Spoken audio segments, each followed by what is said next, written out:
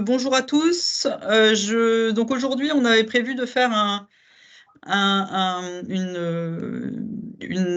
j'allais dire une émission, une, euh, une présentation dédiée à la cuisine thérapeutique, parce qu'on avait, pour ceux qui étaient présents au précédent Café Prévention, on avait un peu demandé quels étaient les thèmes qui vous intéressaient, et quelqu'un avait parlé de ça. Et du coup, comme Amélie Renaud, qui est PH à Douai, pour en dire un petit mot après, elle a travaillé sur le sujet. Je lui ai proposé, donc aujourd'hui, c'est elle qui va présenter.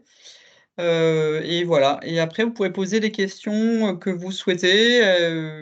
Soit vous les posez dans le chat au fur et à mesure, soit vous pourrez prendre la parole après. Donc voilà, Amélie, je te laisse la parole, je coupe mon micro. Bonjour à tous, je vais commencer par partager l'écran. Normalement, vous avez le diaporama qui s'affiche, c'est bon pour vous? Parfait. Je suis Amélie Renaud, je suis praticienne hygiéniste depuis une petite dizaine d'années au centre hospitalier de Douai. On est établissement support au sein d'un GHT du Douaisis, donc j'interviens sur 2 établissements. C'est à ce titre qu'on a pu travailler sur les ateliers de thérapeutique cuisine. Avant de débuter, pourquoi est-ce qu'on en fait de ces ateliers? C'est vrai que c'est très sollicité parce que ça a de multiples intérêts. On a une dimension psychologique, c'est une activité qui reste ludique, c'est rassurant puisqu'on a une évocation de souvenirs chez les personnes âgées ou atteintes de handicap. On a un aspect cognitif puisqu'on stimule la mémoire, on aide à repérer le temps, l'espace, notamment les lieux, les meubles, les ustensiles. On a de la lecture, on a du calcul de dose selon les capacités cognitives. On a un intérêt nutritionnel puisque l'objectif, c'est de prendre plaisir. Quand on prend plaisir à cuisiner, bien souvent, on prend plaisir également à manger derrière pour les personnes qui pourraient être dénutries. On a tout le pan communication. C'est un moment de partage, de convivialité. On a le sentiment d'appartenir au groupe quand on fait tous ensemble les choses. On collabore, on se répartit les tâches les uns les autres. Ça aide à du coup communiquer ensemble. On stimule nos 5 sens. On va voir les textures, les couleurs, on va entendre le frémissement de l'eau, les instruments, les ustensiles qui se frottent. On va pouvoir goûter, on va pouvoir sentir, on va pouvoir toucher les matières. Et puis, on a tout ce qui est réadaptation, rééducation, voire maintien de certains automatismes, les règles d'hygiène, de diététique, de sécurité. On ne touche pas quand c'est chaud, on se lave les mains avant de faire à manger. Il va falloir se déplacer ou déplacer des objets. Et puis, on va avoir une habileté manuelle avec une préhension plus fine pour éplucher, pétrir, remuer, etc. Et puis, il ne faut pas l'oublier, nos intestins sont notre deuxième cerveau. Si vous voulez en savoir plus, je vous invite à consulter le lien de l'INSERM sur le sujet. Donc, autour de ça, quelle réglementation? Je pense que vous connaissez tous les HACCP qui sont réglementaires pour tout ce qui est restauration collective, c'est-à-dire pour la fabrication de denrées qui sont à destination de d'autres personnes. Quand on fait de l'atelier thérapeutique cuisine, il n'y a que les participants qui vont manger. Donc, du coup, on est hors de ce cadre réglementaire. Mais du coup, les HACCP servent en tant que recommandation de bonnes pratiques. Les HACCP, pour ceux qui ne connaissent pas trop, sont basés sur les bonnes pratiques d'hygiène, sur un plan HACCP avec des plans de nettoyage, des plans process, etc. Et tout ce qui est le socle de traçabilité qui permet de s'assurer qu'on ait bien tout réalisé. Il ne faut pas oublier que sur l'atelier thérapeutique cuisine, en cas de problème, le professionnel peut voir sa responsabilité propre engagée. Pourquoi est-ce qu'on en parle aujourd'hui en hygiène? Parce qu'on le sait, les aliments peuvent être contaminés d'emblée. On a tous en tête, je pense, le souvenir de chocolat, de pizza, d'autres aliments divers qui ont malheureusement été contaminés initialement. Et puis, on a régulièrement des alertes, listeria, salmonelle dans certains aliments. Au-delà de la contamination initiale, on peut la surajouter, voire la multiplier au cours du temps via les locaux, via les participants, via le matériel qu'on va pouvoir utiliser, des défauts de nettoyage, des défauts de désinfection. Et puis, le maintien de la chaîne du froid qui reste également un élément essentiel à maîtriser pour limiter le risque. Le risque, c'est la TIAC, la toxi-infection alimentaire collective. On parlera quand même de TIAC, puisque la définition nous dit que pour parler de TIAC, il faut au moins 2 cas groupés d'une symptomatologie similaire, sauf en cas de botulisme où un seul cas suffit à déclencher la définition. Il faut penser également à l'eau qu'on va utiliser, puisque l'eau peut être également à l'origine d'une TIAC. Que nous dit la restauration collective? Les HACCP, elles nous inculquent un certain nombre de bonnes pratiques, du coup, concernant les réceptions de denrées. On va devoir contrôler les dates limites d'utilisation ou les dates limites d'utilisation ou de consommation, pardon, avec l'utilisation, la mise en place du système FIFO qu'on connaît bien, le first in, first out, le premier rentré, le premier sorti. C'est ce qu'on fait à la maison avec les dates de péremption les plus longues qu'on met au fond du placard. Les contrôles d'intégrité d'emballage, une conserve qui est à moitié ouverte, on ne l'utilise pas. Les contrôles de température de chaque aliment, de chaque catégorie d'aliments, avec une traçabilité adossée. Alors là, je vous ai remis les températures demandées. Température à cœur, donc vraiment à l'intérieur de l'aliment, ou température de surface. En cas de non-conformité, il faut toujours avoir en tête qu'il va falloir signaler, tracer et jeter ou mettre en quarantaine selon les fournisseurs le produit. Dans les HACCP, on nous parle aussi des enceintes de stockage. Les réfrigérateurs, congélateurs ne doivent contenir que de l'alimentaire, bien évidemment pas de médicaments. Et on va plus loin puisqu'il faut uniquement de l'alimentaire patient ou résident, c'est-à-dire qu'on ne peut pas mettre, par exemple, les repas des soignants avec les aliments qui sont destinés à la consommation de nos patients ou de nos résidents. Les enceintes doivent être entretenues de manière régulière, donc selon la procédure, et dès que souillées, et bien évidemment, on a la traçabilité qui va être associée. Et on va pouvoir faire des contrôles à minimum quotidien de ces températures avec une traçabilité, là encore, adossée. Donc, j'ai remis pour rappel les réglementations HACCP qui restent réglementaires, donc recommandées pour les ateliers thérapeutiques. Dans la même logique, s'il y a une non-conformité, on va essayer de trouver la cause de cette non-conformité. Si c'est la porte qui est restée ouverte, si c'est la sonde de température qui est dysfonctionnelle, à ce moment-là, on met un deuxième thermomètre pour s'assurer qu'on soit bien dans les normes. Et puis la prise de température de tous les aliments qui nous donnera la conduite à tenir pour l'alimentaire. Je jette ou je peux réutiliser selon les cas. Le gros point sensible au niveau des HACCP reste le changement de température. On parle de refroidissement. Dans les HACCP, on nous dit qu'il faut passer de plus de 63 degrés à moins de 10 degrés en moins de 2 heures. Et dans le cadre où je dois réchauffer, je dois passer de 10 degrés à plus de 63 degrés dans l'heure. Il faut savoir le prouver, donc le tracer au niveau des HACCP. Là, on est bien sur le réglementaire. Ça va nous servir de base pour pouvoir travailler en fait sereinement sur nos ateliers thérapeutiques. Pourquoi cette zone de température? Parce qu'en fait, entre 10 et 63 degrés, on est dans la zone de multiplication des bactéries, on est dans la zone la plus à risque d'explosion microbienne. On les détruit en montant en température. Malheureusement, le froid ne les détruit pas. Au contraire, on va arrêter leur multiplication, mais ils seront toujours là, prêts à se remultiplier dès que la zone de température redeviendra confortable.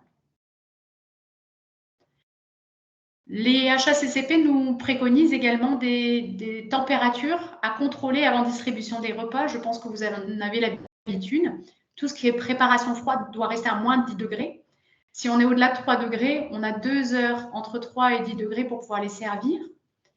Dans le cas des préparations chaudes, on doit être au-delà de 63 degrés.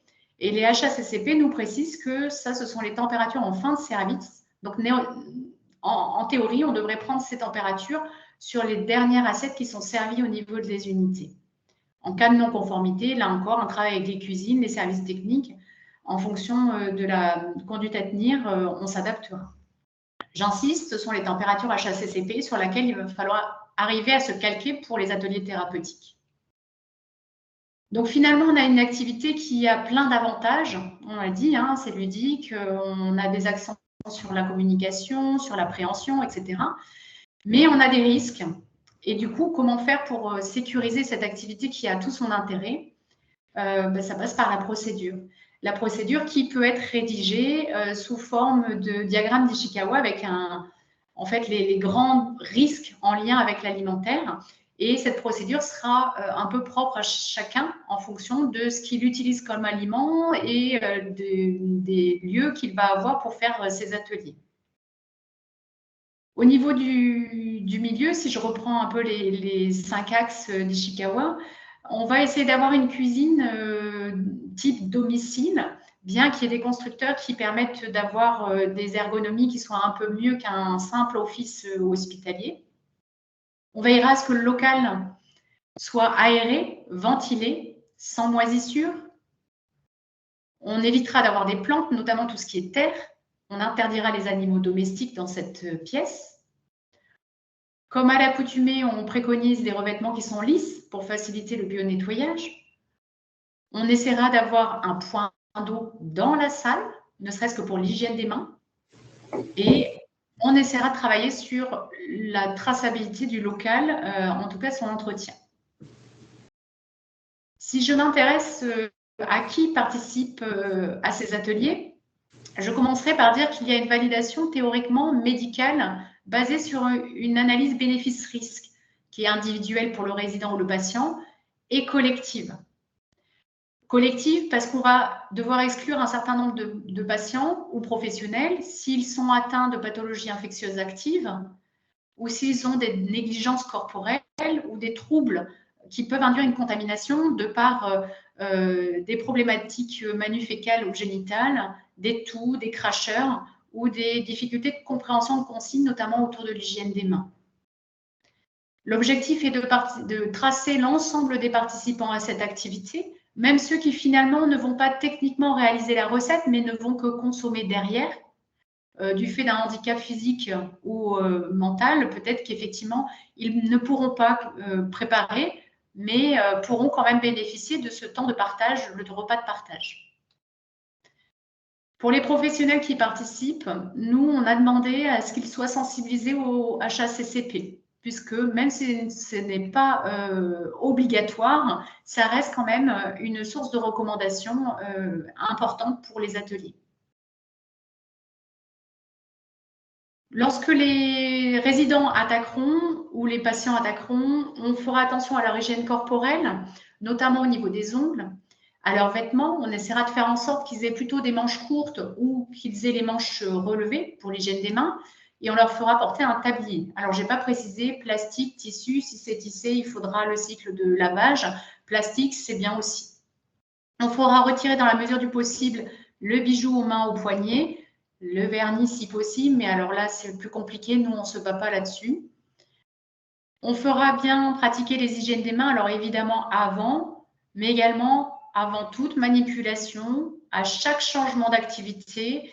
J'ai fini de pétrir, je me lave les mains, je casse mes œufs, je me lave les mains, je tranche ma viande, je me lave les mains. Et évidemment, à la fin de l'activité. En ce qui concerne le matériel, on n'utilise théoriquement pas tout ce qui est matériel utilisé pour la restauration collective. On a son propre matériel. Dans la mesure du possible, l'électroménager doit également normalement être séparé. On vérifiera son bon fonctionnement.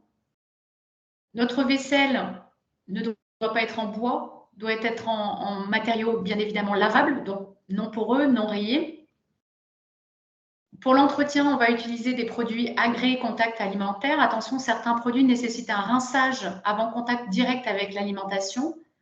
Et on va respecter bien évidemment ce qu'on applique usuellement, c'est-à-dire qu'on n'utilise pas d'éponge, les chiffonnettes sont changées entre chaque activité, les torchons sont entretenus, etc., etc. Ce petit tableau qui récapitule un petit peu tout ce qui est à nettoyer et entretenir avec des propositions de fréquence d'entretien qui sont minimales, bien évidemment, puisqu'après, on peut pousser, si c'est souillé entre deux, on peut pousser effectivement le rythme. Si on parle matière première, là aussi, il y a des concepts à maîtriser. Le premier, c'est l'origine des produits. Ils peuvent venir de la cuisine centrale. On peut aller faire des achats en supermarché, y compris avec les patients. On va éviter les provenances de marché parce que du coup, on a du mal à retrouver les origines.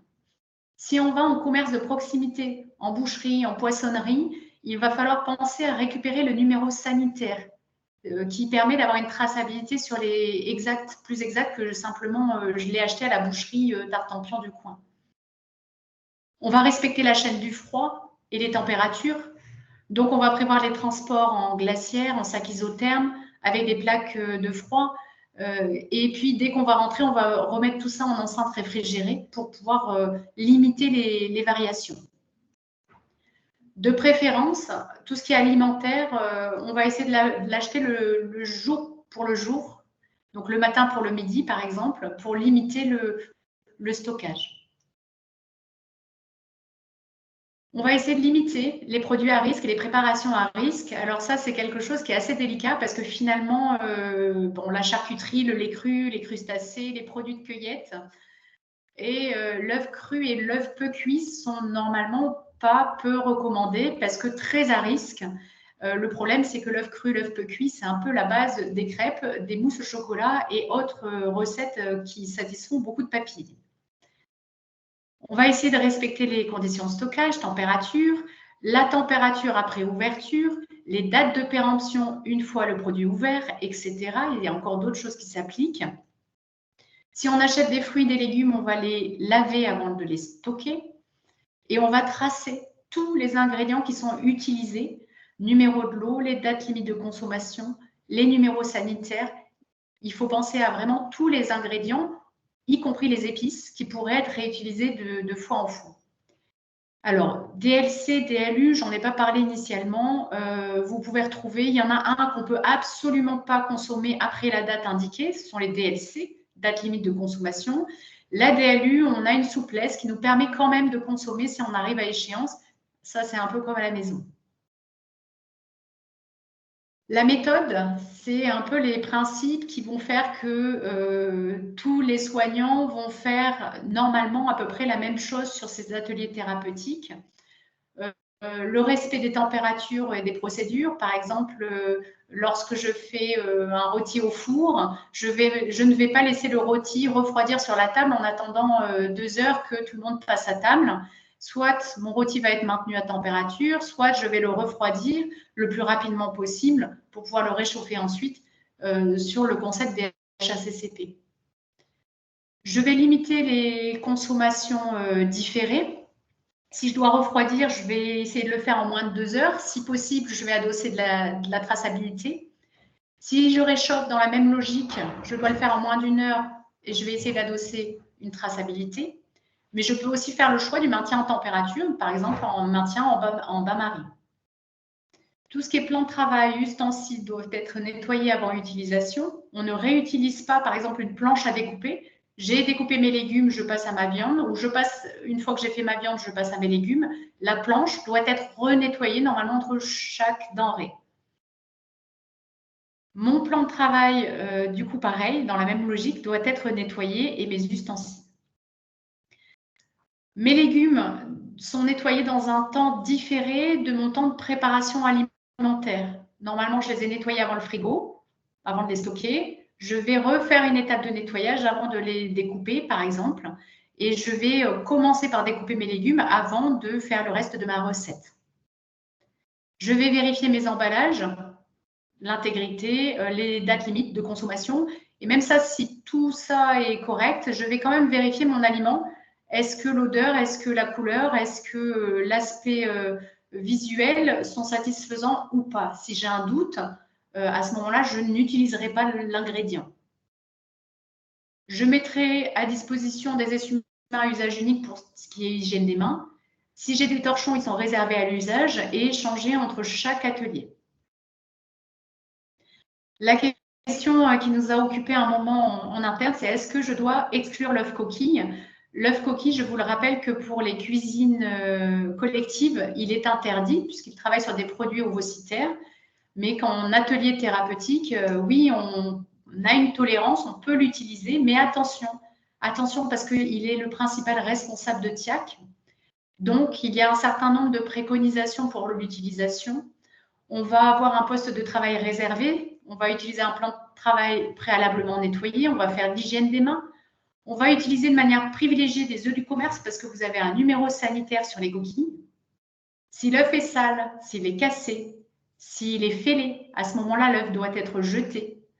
Si, quand on casse les œufs, on fait tomber un bout de coquille, normalement, on doit jeter l'œuf. On n'est pas censé aller repêcher le bout de coquille comme on pourrait le faire à la maison.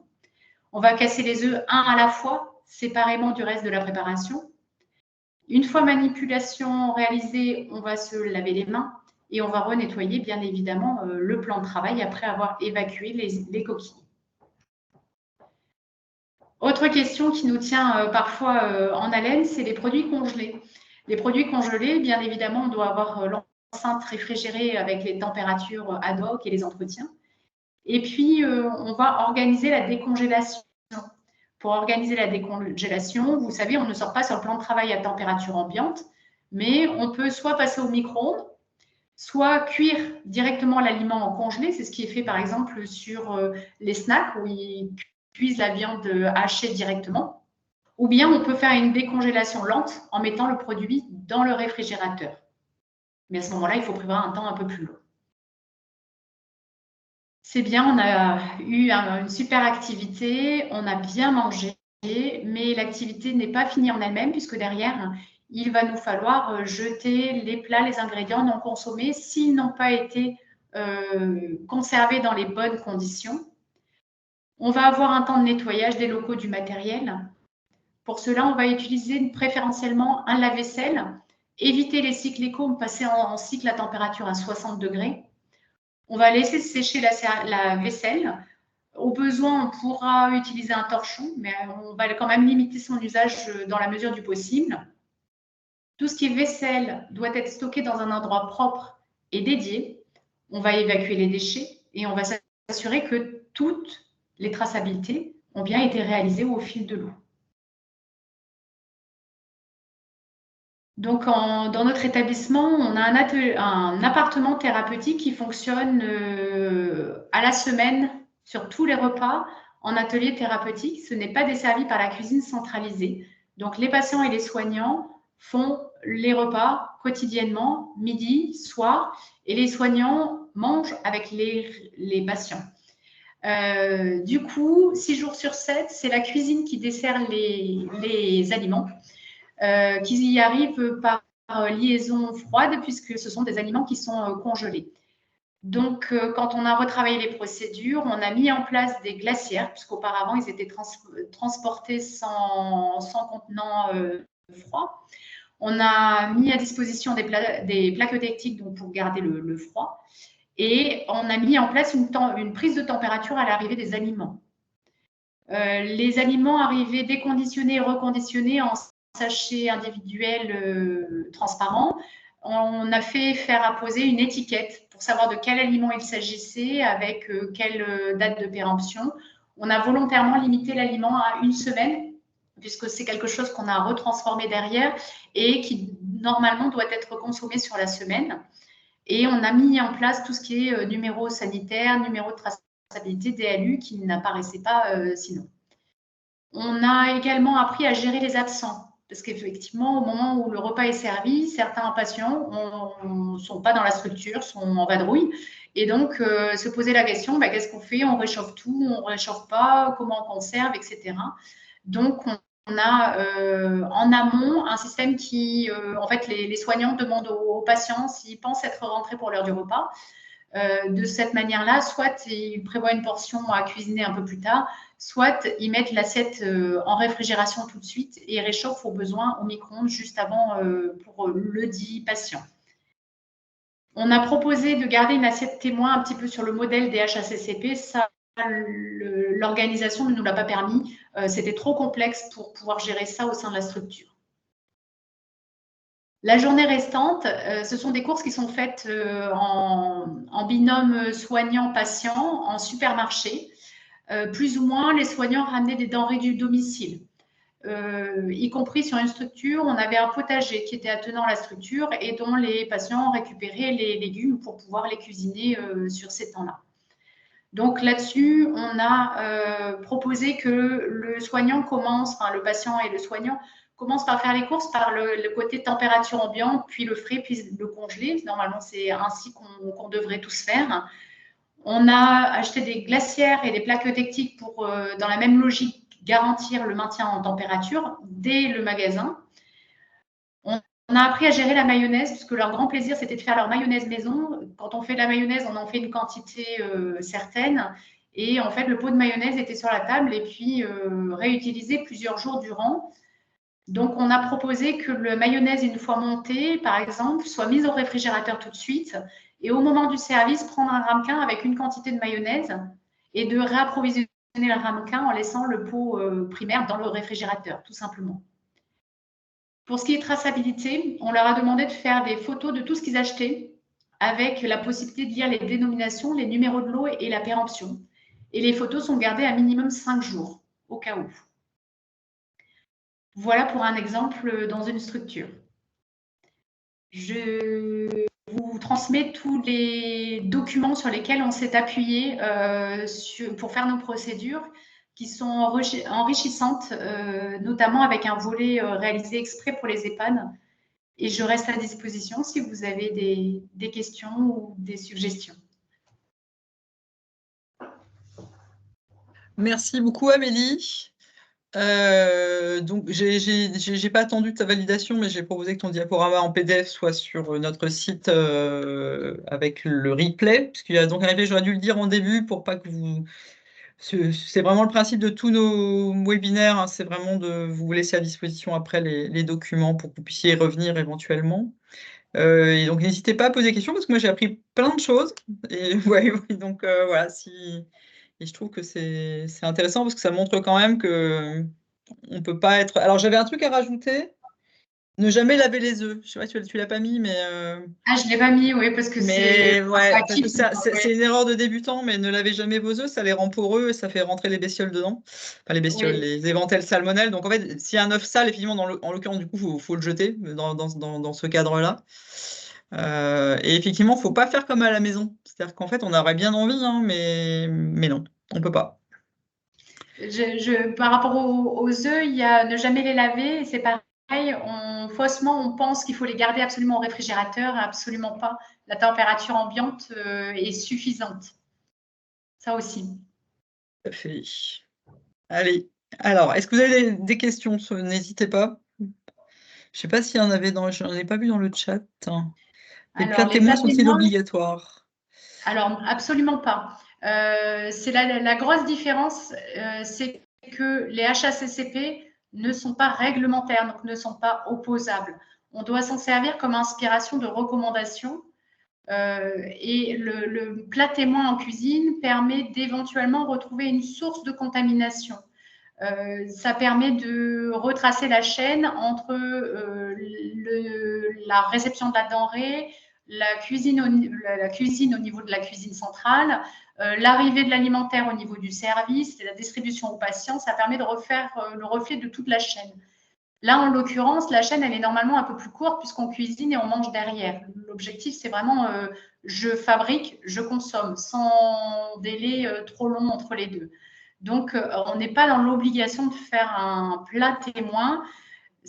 Nous, on l'avait proposé parce que ça aurait eu un intérêt en cas de TIAC de pouvoir retrouver à quel maillon on aurait pu être contaminé.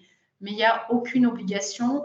Et de manière pratique, c'est assez complexe à mettre en œuvre puisque ça oblige chaque repas, chaque aliment à mettre dans un sachet exempt de contamination parce qu'il ne faut pas en rajouter non plus quand on fait l'échantillon.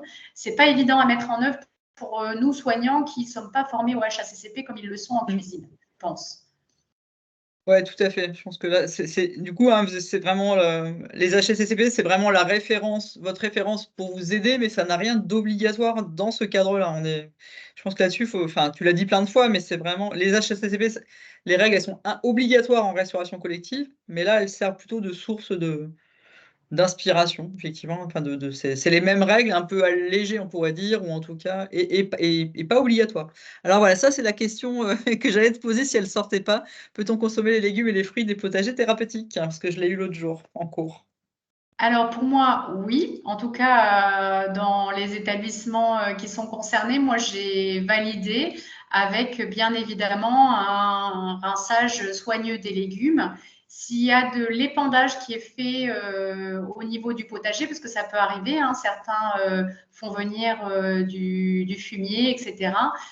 À ce moment-là, il faut se rapprocher des cuisines parce qu'ils ont une solution avec une eau de javel mais fortement diluée pour décontaminer les légumes. Et en cuisine, ils auront forcément un protocole à vous proposer pour décontaminer vos légumes si vous avez un doute. En l'occurrence, chez nous, on n'utilise pas de fumier. Donc, j'étais assez rassurée, mais en tout cas, c'est tout à fait possible. Alors, la déclaration à la DDPP. Alors, celle-là, j'ai été formée au HACCP. Dans le cadre dans le cadre de cette formation, on nous avait demandé qu'effectivement, tous les ateliers puissent être déclarés à la DDPP. Et au-delà des ateliers, c'est même dès lors qu'on donne de l'alimentaire, peut-être certains d'entre vous font des crosses ou des activités sportives dans lesquelles il y a des petites buvettes avec un peu d'alimentaire, de la restauration rapide. Théoriquement, ces restaurations rapides devraient toutes être déclarées à la DDPP. En l'occurrence, on ne le fait pas. C'est juste qu'en cas de problème, la DDPP aime bien avoir su qu'il y avait quelque chose. Mais je ne crois pas qu'il y ait une obligation réglementaire là-dessus. Peut-être Guénaël t'en saura plus, mais moi, à mon sens… Non, j'en sais rien. Après, ouais, ça peut se comprendre. C'est-à-dire qu'ils ont un œil, quoi. C'est-à-dire que, mais bon. Après, le tout, c'est de travailler en transparence. S'il y a un souci, mais c'est vrai que non, c'est une bonne question. Et la DDPP, du coup, c'est la direction qu'on traduise quand même. Alors, c'est la direction départementale de protection des personnes. Ah, c'est ça. Et c'est à l'ARS Alors, en fait, en cas de TIAC, en cas de toxi-infection alimentaire collective, donc dès lors qu'il y a 2 cas ou un cas de botulisme, on fait une double déclaration à la DDPP et à l'ARS. Et la DDPP, c'est l'organisme qui vient vérifier sur le terrain les cuisines, enfin tout le process pour vérifier si les règles sont respectées. C'est eux qui mettent les amendes également quand les règles ne sont pas respectées, notamment les températures de conservation, etc. etc. Ah oui, c'est le même organisme. Et c'est très cher quand même. On peut le dire quand même, c'est très cher. Ça peut être très cher. C'est le même organisme qui vérifie tous les restaurants extérieurs aussi. C'est eux qui débarquent, qui font les contrôles sanitaires. Quand vous entendez parler d'un contrôle sanitaire dans un établissement, c'est eux qui les font. Oui, ça peut coûter cher. Par exemple, alors dans la réglementation, il est dit que pour non-respect de la chaîne du froid, donc non-respect des températures, c'est 450 € par article qui n'a pas respecté la recommandation. Exemple, vous sortez vos petits beurres du petit déjeuner, la DDPP fait un contrôle ce jour-là, elle prend la température des petits beurres qui sont restés, c'est 450 € par petit beurre qui dépasse 10 degrés. Ça peut aller vite. Oui, c'est vrai que l'exemple était particulièrement frappant parce que les mini plaquettes de beurre, là, elles sont très souvent largement au-dessus des 10 degrés, je ne voudrais pas dire de bêtises. Donc là, ça peut faire mal, effectivement. Il y avait une question juste au-dessus. Y a-t-il une réglementation spécifique pour les groupes hors restauration collective? Seuls les patients préparent et consomment. Bah, c'est comme les ateliers thérapeutiques, du coup ou... C'est l'atelier thérapeutique, c'est ce qu'on appelle l'atelier thérapeutique. Donc, en fait, il n'y a pas de réglementation. Simplement, la HACCP s'applique en tant que recommandation. Donc, ce n'est pas réglementaire et opposable. Par contre, en cas de problème, les organisateurs restent responsables et en cas de problème, ils doivent prouver qu'ils ont respecté un certain nombre de règles d'art, notamment les températures, les enceintes de stockage, comment vous préparez. Et c'est pour ça que le protocole peut vous aider, puisque du coup, en l'occurrence, c'est le document qui vous permettra de dire, ben voilà comment on pratique notre atelier et qui vous permettra de prouver que les règles de l'art sont toutefois appliquées, même si on n'est pas opposable. De toute façon, même si ce n'est pas réglementaire, ce n'est pas pour ça que vous n'avez pas des règles à respecter, puisque de toute façon, ça rentre aussi dans les règles globales de protection des résidents qui sont là. Enfin, pour moi, c'est opposable quand même, enfin, tu vois, comme reco, quoi. C'est-à-dire qu'à un moment donné, ou peut-être pas comme réglementation, mais s'ils n'ont rien d'autre sous la main, que vraiment rien n'a été fait dans les règles d'hygiène, parce qu'en fait, c'est des règles d'hygiène. Je pense que Effectivement, le juge, ça vous sera reproché, enfin, clairement. en fait, le juge a toujours dans le jugement, première question, est-ce qu'il y a du réglementaire Ouais. sur les cuisines thérapeutiques? Non. Est-ce qu'il y a des recommandations sur la cuisine thérapeutique? Oui. Oui. La HACCP. Du coup, est-ce qu'il y a respect de ces HACCP dans le cadre de la cuisine thérapeutique? Donc, effectivement, le jugement sera moins violent que si c'était de la restauration collective, mais il pourrait s'appuyer, effectivement, en cas de problème, ça peut être à double tranchant. Est-ce Ouais, qu'un participant peut rapporter à son domicile de l'alimentaire, par exemple une part de gâteau? Alors moi, je n'ai jamais eu le tour. Si on me posait la question de manière pragmatique, je dirais normalement tout ce qui est consommé doit être consommé sur place. Mais avec la loi Egalim, on est aussi sur la possibilité de ramener ce qu'on n'a pas consommé, par exemple, au restaurant, à la maison. Et du coup, on devient proprement responsable de comment va être gardé le gâteau. Je pense par exemple à la mousse au chocolat. Si vous faites de la mousse au chocolat, vous devez rester en température en dessous de 3 degrés. Si vous passez entre 3 et 10 degrés, vous pouvez consommer dans les 2 heures. Au-delà de 10 degrés, ça devrait être jeté. Quand vous donnez au patient ou au résident sa part, c'est lui qui devient responsable de la manière dont il va conserver l'aliment. Alors, à titre personnel, moi, je préconiserais aux soignants de tracer l'information qui a été donnée pour garder l'alimentaire dans les meilleures conditions et lui dire si ce n'est pas consommé aujourd'hui ou demain, jetez. Voilà. Et je tracerai dans le dossier pour être tranquille d'un point de vue réglementaire.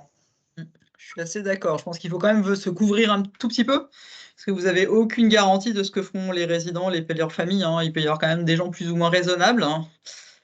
Donc voilà, la mousse au chocolat, typiquement, honnêtement, moi, je ne jouerais pas trop avec la mousse au chocolat. Après, sur les gâteaux, c'est un peu différent, mais c'est vrai qu'il faut faire attention, hein, parce que effectivement, ça me semble une bonne idée de tracer, enfin de donner de l'information et de tracer qu'elle a été donnée, et de bien vérifier que les gens, et puis non seulement tracer, puis vérifier que les gens ont un peu compris quand même aussi. Hein, parce que voilà, après, vous ne pourrez pas contrôler ce qu'ils ont fait réellement, mais au moins vous garantir que vous avez bien donné la bonne information sérieusement et tracer tout ça. Alors, il y a 2 questions là encore. Tu me dis quand tu dois absolument t'en aller, Amélie, hein, parce que. Bon, jusqu'à 14 heures, ça passe. Bon, ok, bah super. Quelle réglementation concernant l'utilisation du robot, du mixeur et la désinfection? Alors, il n'y a pas de réglementation, mais des recommandations pour la peine. Concernant les robots et les mixeurs, on est censé être sur du matériel qui est nettoyable. Tout ce qui peut passer en lave-vaisselle à plus de 60 degrés, c'est quand même mieux de le faire passer en lave-vaisselle. Et sinon, ça va être l'entretien comme n'importe quel matériel, en fait. Alors après, ça dépend de vos procédures. Il y en a qui sont qu'au détergent simple, il y en a qui sont au détergent désinfectant. Peu importe. Après, il faut être vigilant vis-à-vis de l'agrément pour les surfaces en contact alimentaire, puisque là, vous devez absolument être safe pour l'alimentaire. Est-ce qu'on peut ramener du matériel de cuisine du domicile? Alors, théoriquement, non. Je sais que ça peut se faire sur certaines structures ou pour des événements particuliers. Des fois, les appareils à gaufres, on aime bien. Donc, c'est s'assurer simplement du nettoyage, qu'on puisse le réaliser avec les produits inhérents à la structure.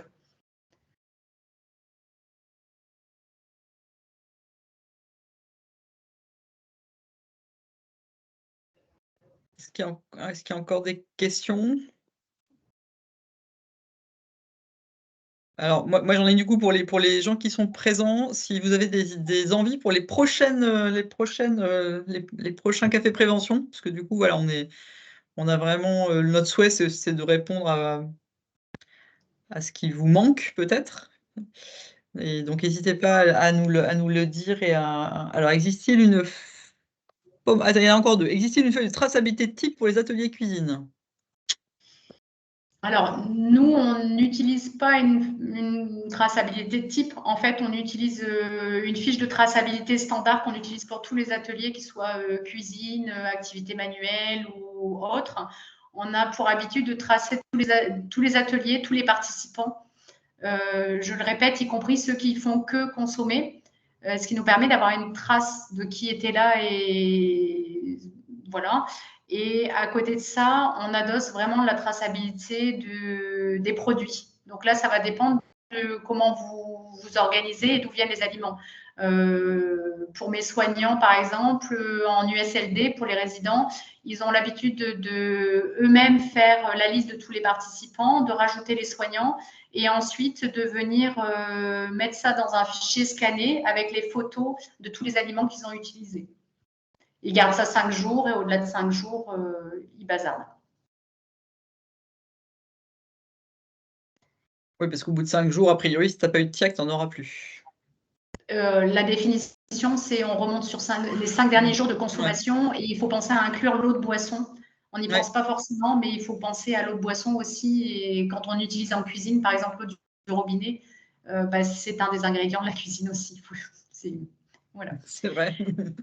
Quelle alternative quand le lave-vaisselle est en panne? Alors ça, c'est un gros point noir dans les établissements. On n'a pas tous des lave-vaisselle. On n'a pas forcément des lave-vaisselle professionnels. Il y a la vaisselle à la main, ce qui est le cas dans nos appartements thérapeutiques. On n'a pas de lave-vaisselle. Donc, on utilise un détergent agréé, on fait la vaisselle à la main. On sait que c'est moins efficace, mais on atteint une propreté visuelle qui nous permet de dire qu'on est quand même mieux que si on ne faisait pas la vaisselle. Mais effectivement, il faut travailler en le sens. Et ça a été pour nous un levier, la procédure a été un levier pour faire l'achat de la vaisselle dans certaines structures. Après, si vous avez, il faut vraiment être sur une très très bonne qualité effectivement visuelle et qu'il n'y ait aucun résidu collé. Enfin voilà, il faut vraiment être très très attentif, mais il faut être vigilant parce que je sais que sur certains ateliers, c'est les patients ou les résidents qui peuvent être amenés à faire cette vaisselle. Du coup, il ne faudra pas hésiter à faire des contrôles, voire à refaire la vaisselle à l'issue de l'atelier.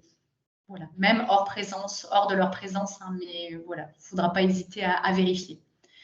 Est-ce qu'il faut noter tous les allergènes susceptibles d'être utilisés dans les produits? Alors normalement, sur l'analyse bénéfice-risque médical, le médecin peut vous signaler effectivement les allergènes.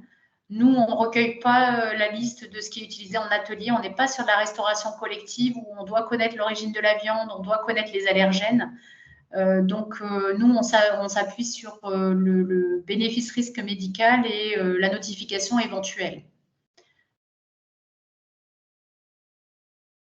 Mais effectivement, c'est réglementaire pour les HACCP. Alors, est-ce que ça suffit de prendre un produit agréé pour la vaisselle? C'est un moindre mal. Je dis toujours qu'à défaut de lave-vaisselle en cycle 60, utiliser un lave-vaisselle en cycle inférieur, à défaut, faire la vaisselle à la main. Mon protocole est rédigé ainsi. Ouais, ça me semble bien. C'est-à-dire qu'il faudrait quand même, ça peut être plutôt un argument pour acheter un lave-vaisselle, on va le dire comme ça. Voilà, pour sécuriser En fait, dans le protocole, je le rédige ainsi. Idéalement, utiliser un lave-vaisselle cycle 60, à défaut, un cycle à température inférieure, à défaut, lavage avec un détergent à la main, manuel. Ce qui permet de dire, voilà, moi, en tant que soignant, j'ai appliqué la procédure, je n'ai pas de lave-vaisselle, ou mon lave-vaisselle ne fait pas le cycle 60, ou je n'ai pas. Voilà, ça permet de dire, si j'avais eu un lave-vaisselle à 60, j'aurais fait à 60.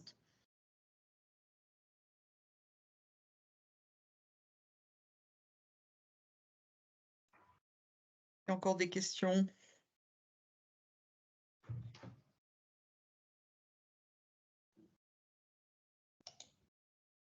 Et oui, je n'ai plus de questions dans le chat.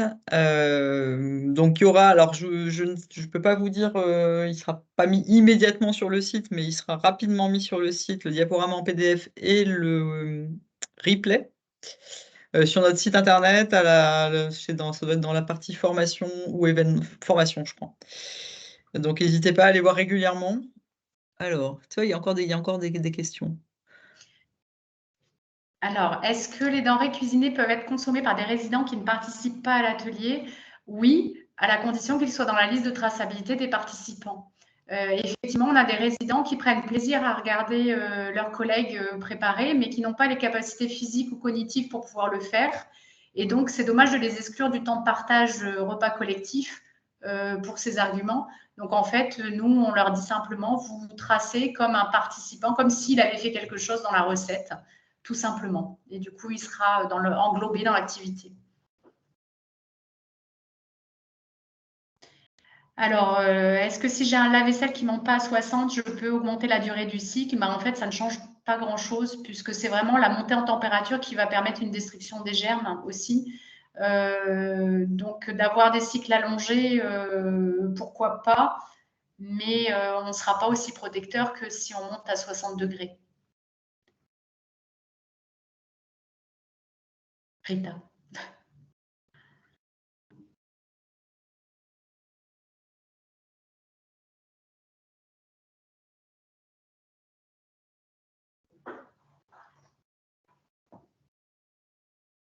Pas de regret pour les dernières questions, parce que sinon je libère Amélie. Bon.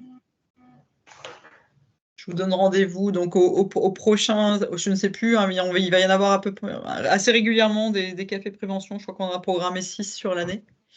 Si vous avez des thèmes qui vous intéressent particulièrement, n'hésitez pas à nous le faire savoir. Et voilà, et merci d'être venu aujourd'hui. Et puis, c'est pas à diffuser aussi, hein, enfin, à montrer le replay à des collègues qui n'auraient pas pu venir, etc. Enfin, voilà, quand il sera à disposition. Merci beaucoup, Amélie. C'était vraiment Merci à vous. très intéressant. Et bonne